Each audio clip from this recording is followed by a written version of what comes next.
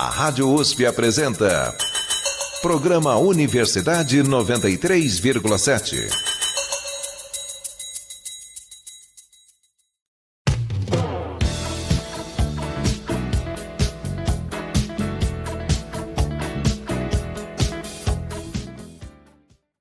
Olá, ouvintes da Rádio USP. Meu nome é Thiago Campolina e está começando mais um Universidade 93,7. Eu sou Vitória Borges e também estarei com vocês hoje. Bom dia! Nesta manhã, trazemos um programa especial sobre bem-estar na vida pós-pandemia. Pois é, todos passamos pelos impactos desse período desafiador. Mas queremos saber do agora. Como você tem se cuidado? O que você faz para tornar sua vida melhor? Este programa está dividido em 2 episódios, sendo que nessa edição, nossos convidados debatem sobre yoga e a relação entre saúde física, mental e emocional. Saúde mental. Um estudo recente do Instituto de Psicologia da USP mostrou que em 2021, os brasileiros estavam mais propensos a sentir emoções negativas, como estresse e nervosismo, em relação aos anos anteriores da Covid-19. Os participantes da pesquisa responderam a uma escala composta por 29 itens: estados negativos, estados positivos, propósito de vida, satisfação com o ambiente, autoestima ligada à aparência e espiritualidade foram os fatores analisados. A escala de respostas para cada item ia de 0 a 10. Mas, apesar do bem-estar no geral ter sido afetado de forma negativa pela pandemia, um aumento na busca por hábitos saudáveis também foi identificado pelo estudo. Entre eles, a prática de exercícios físicos, a socialização com outras pessoas e o foco no trabalho. Para discutir o assunto, convidamos a instrutora de yoga e empresária Dani Barçalos. Ela é uma das sócias do estúdio Awake Yoga e fundadora do projeto Pup Yoga, que une a adoção de filhotes a essa atividade. Também temos aqui com a gente Rodrigo Antônio, que é jornalista e graduando do Instituto de Psicologia da USP. Ele ajuda a produzir o podcast do portal Psicologia na Assistência Social e também foi professor visitante da Universidade Politécnica de Moçambique, em Maputo. Sejam muito bem-vindos ao nosso programa. Obrigada pelo convite, bom dia. Olá, bom dia a todos. Também vai ser um prazer conversar com vocês hoje sobre bem ou mal-estar, né? A busca por um maior equilíbrio entre a saúde física, mental e emocional fez com que o interesse dos brasileiros por atividades como o yoga aumentasse durante a pandemia. Mas os benefícios dessa prática milenar vão além.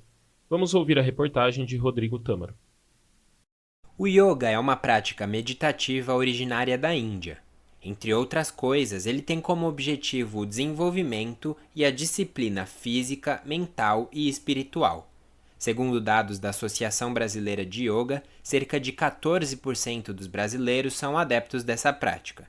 E o número cresceu consideravelmente nos últimos anos, especialmente durante a pandemia de Covid-19.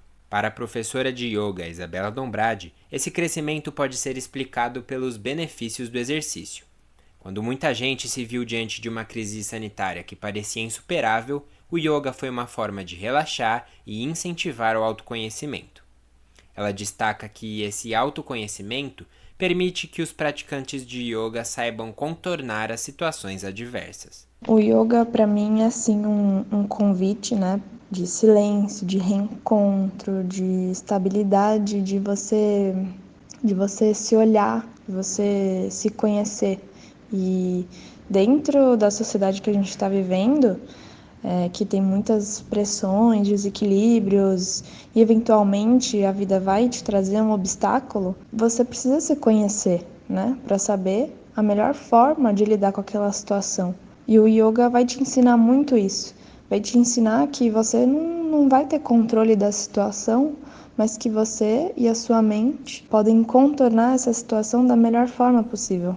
É claro que essas situações e o autocontrole não se limitam ao contexto da pandemia. Renata Fonseca pratica yoga há mais de 30 anos e afirma que isso mudou a vida dela. Eu costumo dizer que eu sou uma pessoa antes do yoga e uma pessoa depois do yoga. O yoga me fez centrar, me fez aprender a administrar minhas emoções. O yoga me ensinou a não me contaminar com o caos alheio, né, com o caos externo.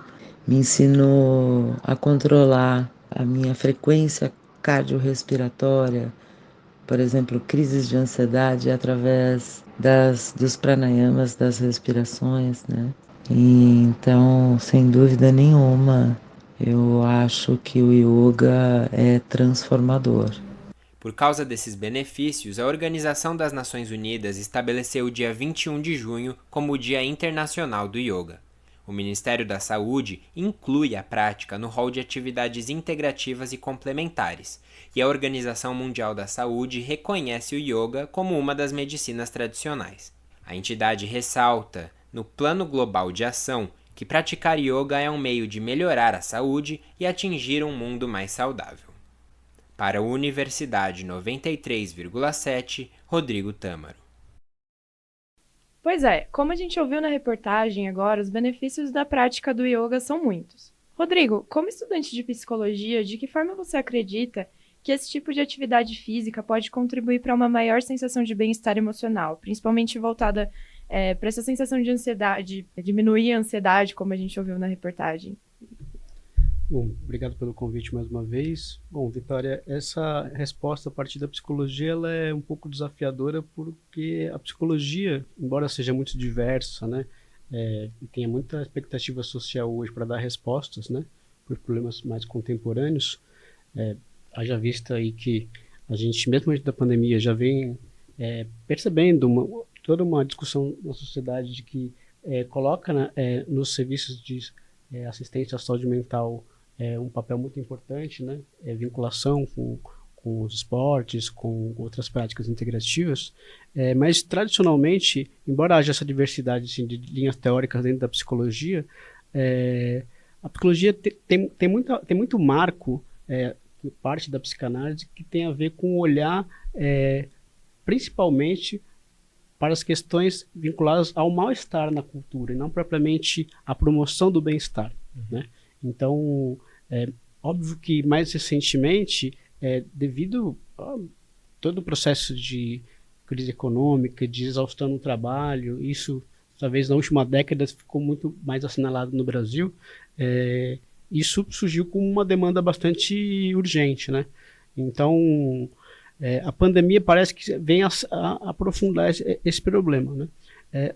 Agora, enquanto resposta a simplesmente não só fazer uma crítica, né, ao mal-estar na cultura, a como que a gente se sente desajustado, em sofrimento, fora das relações, né? Acredito que o mais importante das atividades físicas, de atividades como yoga, para além do que foi colocado na matéria, né, sobre uma perspectiva de autoconhecimento, tem a ver com justamente incidir numa questão que é não pensar o psiquismo como algo apartado do corpo, né? Então, é só ver também nas nossas grades curriculares de ensino de psicologia no Brasil como essa dimensão ela é, de certa forma, negligenciada. Ela já foi mais bem fundamentada, essa integração entre corpo e sujeito, né? A gente teve... na USP, por exemplo, né, já houve professores que se aposentaram, mas que havia um debate bastante constante e aprofundado, por exemplo, em linhas teóricas que colocavam as terapias corporais com uma dignidade teórica, que colocavam as terapias corporais dentro de uma agenda universitária, e hoje é como se a universidade falasse mais em abordagens mais vinculadas ao psiquismo de maneira apartada do corpo, e as demandas reais da sociedade são um pouco atendidas mais por linhas teóricas ou atividades como o yoga ou como os esportes, mas sem tanta integração nessas perspectivas. Então, assim, de maneira geral, eu diria que até como estudante, eu penso que na minha vida a atividade física passa por reintegrar uma certa cisão que existe entre o que é a saúde psíquica e o corpo. Pensar essa integração e essa unidade como o centro da nossa vida, né? Uhum. Perceber que eu não estou só me autoconhecendo, mas eu estou percebendo meus limites, dando contorno para as minhas questões existenciais, para o meu sofrimento, né? E o corpo dá uma dimensão muito concreta, né? Daquilo que a gente consegue fazer, do que a gente não consegue. A gente vai tentar se alongar e o alongamento ele coloca ali bem concretamente os nossos limites, né? Agora a gente não tem muitos estímulos para, numa discussão de trânsito, numa discussão no trabalho, alongar, por exemplo, o nosso ponto de vista, né? Alongar a nossa forma de lidar com o outro. Então, acredito que adotar um olhar atento a questões do corpo me parece muito importante para pensar a saúde mental de maneira geral. E você percebe isso dessa forma também, Dani? Bom, muito obrigada pelo convite mais uma vez. Eu percebo que, talvez eu fale alguma coisa um pouco incomum agora para uma professora de yoga falar. Eu sinto que o yoga, ele é um exercício que tem uma tradição milenar de olhar um pouco para essa integração entre corpo, mente e espírito. Talvez seja por isso que ficou tão famoso por ser uma atividade, entre aspas, terapêutica. Mas eu acho que yoga não é para todo mundo, do mesmo jeito que qualquer outro exercício não é para todo mundo. E aí até eu queria que o Rodrigo falasse um pouco sobre isso, porque eu percebo que, para mim, por exemplo, fazer aula de bike é muito meditativo, porque eu estou totalmente ali naquele momento e eu estou me desafiando e aquilo faz muito bem para minha saúde mental. Eu saio de lá me sentindo muito bem. Você acha, Rodrigo, que existe uma diferença entre os exercícios em geral e de como eles trazem essa melhora no bem-estar? Claro que eu não sou um especialista em atividades físicas, né? Mas eu percebo que a modalidade de atividade sempre traz características na sua estrutura. No trabalho, por exemplo, quando a gente está numa fábrica e está vinculado a um processo repetitivo. A tarefa que você está desenvolvendo e a sua implicação integral na tarefa podem dar respostas sobre o quanto aquilo vai ser promotor de bem-estar ou de alienação no trabalho, ou desvinculação, desimplicação da sua atuação em relação à atividade. Um exercício, qualquer exercício pode ter essas duas dimensões.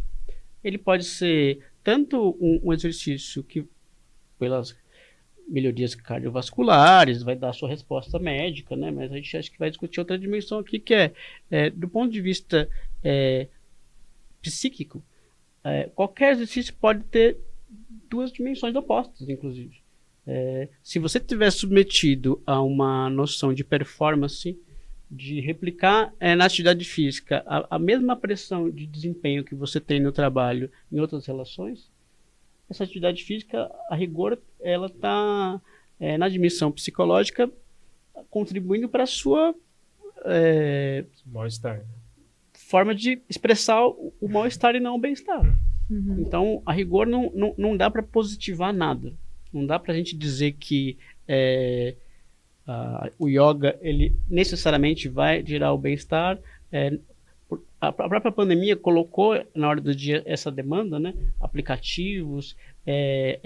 Eu lembro que quando eu estava confinado com a mãe do meu filho, eu procurei um desses aplicativos justamente porque havia momentos em que o confinamento, a presença compulsória das relações exigia, no mínimo, um momento de existir por alguns 5 minutos, 10 minutos sozinho.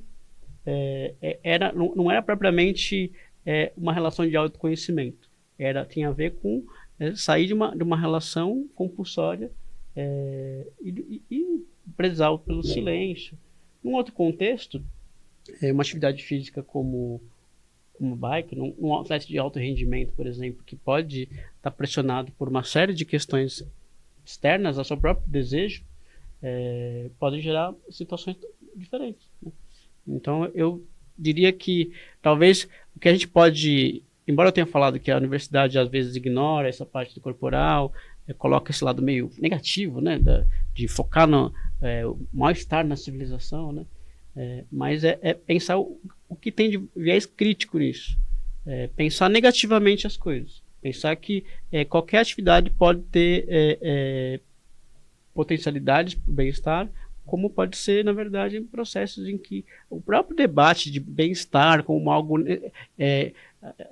que se coloca hoje em dia, né, esse termo de positividade tóxica, né, como essa necessidade de estar bem, ela está atrelada a demandas sociais externas ao sujeito, externas às relações daquela comunidade, enfim, e pode gerar, como você falou, em aprofundamento de uma sensação de desajustamento, de mal-estar, né? E eu acho que hoje, principalmente com as redes sociais, a gente tem muito essa pressão, né? Já preciso fazer uma academia, preciso fazer um yoga, porque todas as pessoas que eu sigo estão fazendo. E você comentou que acha que o yoga não é para todo mundo, né? Como que você percebe isso, sendo instrutora de yoga? Tem pessoas que se forçaram mais a fazer e realmente não deu certo? Como que você percebe isso no seu dia a dia? Eu acho que primeiro eu sinto de dentro do yoga também essa pressão de que você precisa fazer isso, e aí você entra já no lado de que isso não vai te trazer algo positivo, e até isso é um motivo porque muitas pessoas deixam de fazer o yoga, então vem atrás de mim falando, eu queria muito fazer yoga, mas eu não sou flexível. Tá, aí você já entra com a obrigação de alta performance, igual você falou, né? Que você não está fazendo aquilo para você colher os benefícios ou para ser um exercício para você. Você está fazendo porque talvez você tenha visto uma imagem, e aí eu acho que a gente entra um pouco na parte de redes sociais, que você viu aquela professora super flexível, colocando o pé atrás da cabeça, ou naquela postura super difícil, e nem toda modalidade de yoga é assim. A gente tem que lembrar que existem milhares de modalidades de yoga. Meditação é uma parte de yoga. É igual a pessoa falar, eu não consigo fazer yoga porque eu sou muito agitado. Tá, existem muitos tipos de yoga. E aí eu acho que só testando a gente vai descobrir se aquele esporte é pra gente ou não. Porque também a gente precisa lembrar que nós não estamos na Índia. A gente tem uma cultura diferente e, claro, tem toda a parte filosófica do yoga, mas geralmente a gente entra no yoga pela parte física. Na maioria das academias e lugares que a gente tem acesso para fazer prática, essa prática é muito mais física do que meditativa. Então, tem uma parte da meditação no início, uma parte da meditação no final, mas você vai se conectar um pouco mais com a parte de exercício e talvez a partir disso você entre nessa parte de filosofia. Mas do mesmo jeito que, por exemplo, para mim, futebol não é um exercício para mim, talvez yoga não seja para você. Então, eu acho que tem que experimentar e testar todas as práticas, porque eu acredito muito que o corpo humano não foi feito para ficar parado e que a gente precisa dessa parte de exercício, tirar um pouco essa obrigação de alta performance, de que a gente tem que fazer exercício para ficar com o corpo assim, X, Y, e aproveitar um pouco mais. Então, fazer um pouco mais atividade pela parte prazerosa, de se sentir bem. E de estar ali se desafiando e fazendo algo diferente para você. Então, testar. Vários tipos de yoga para testar aí, mas é isso, aberto que, sei lá, às vezes você foi e não gostou, e vai curtir outra coisa.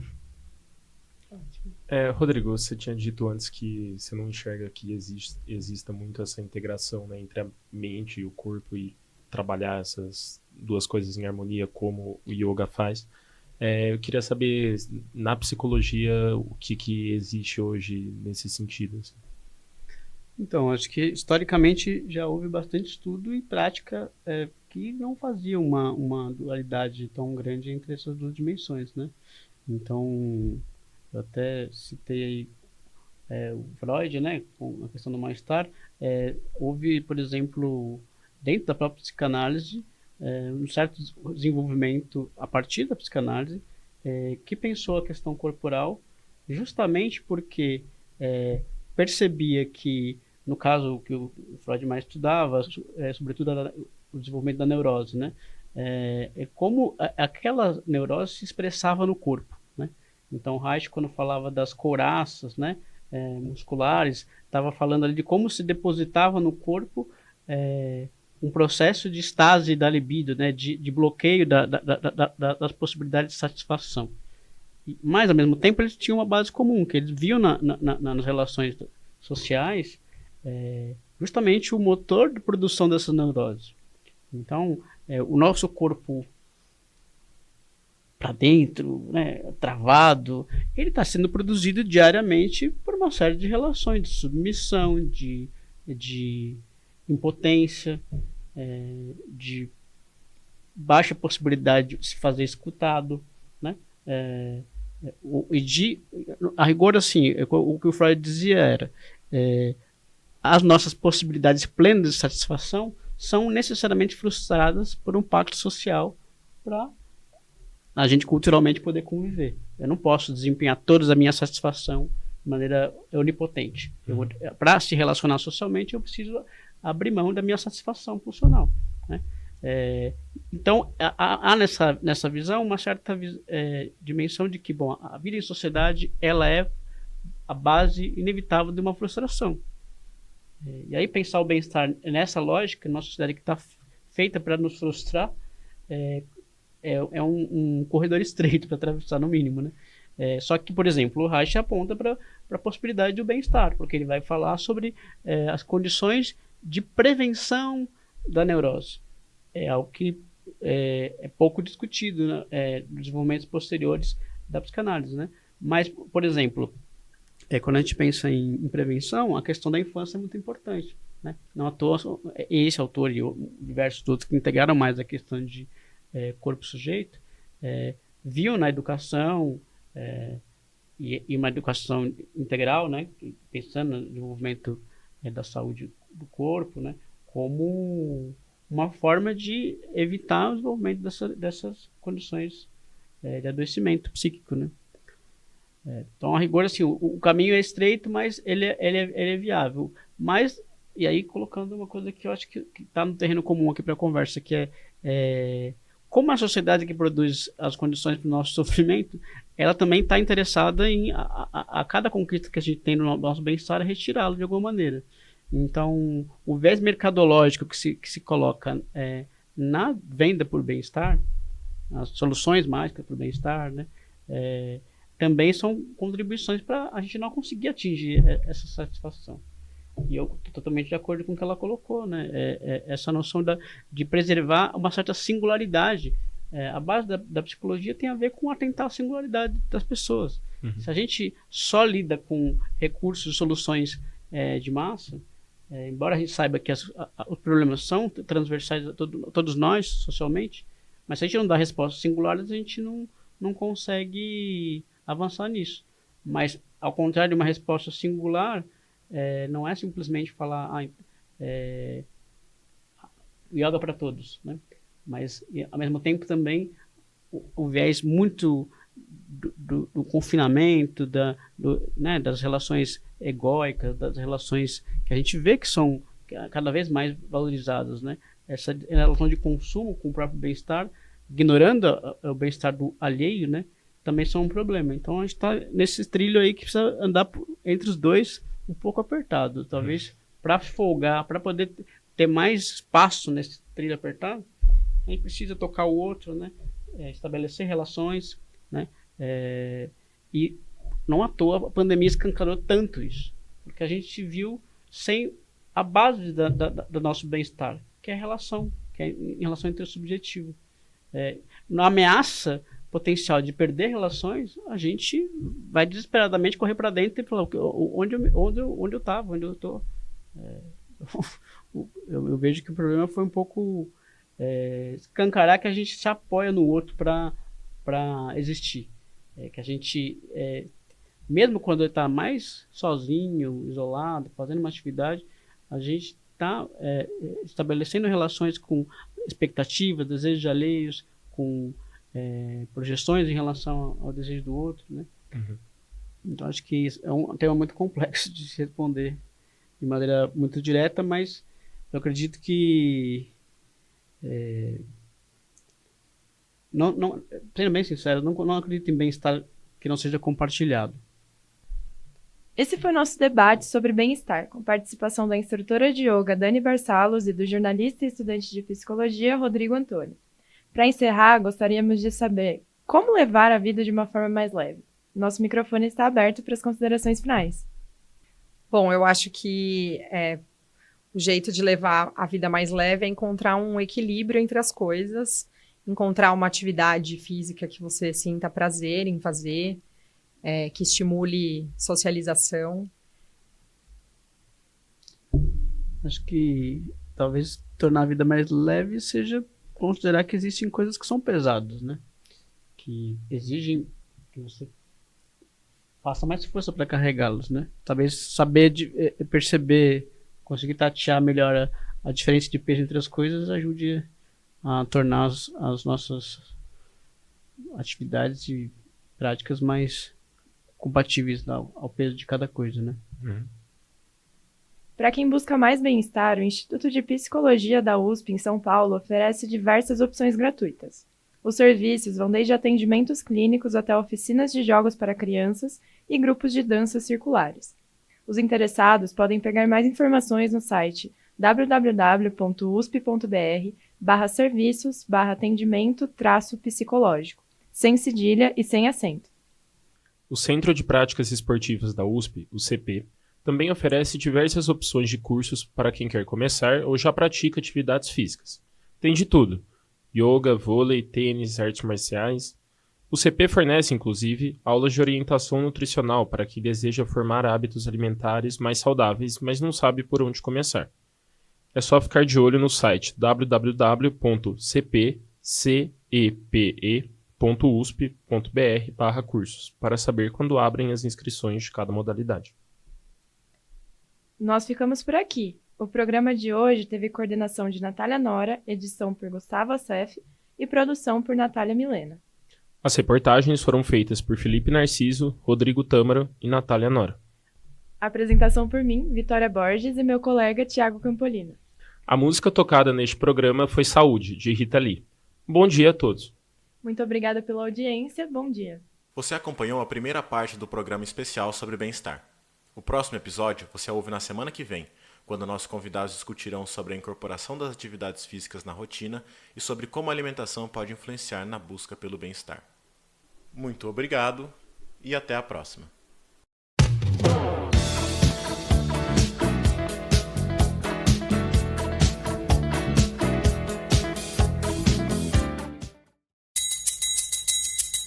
A Rádio USP apresentou Programa Universidade 93,7.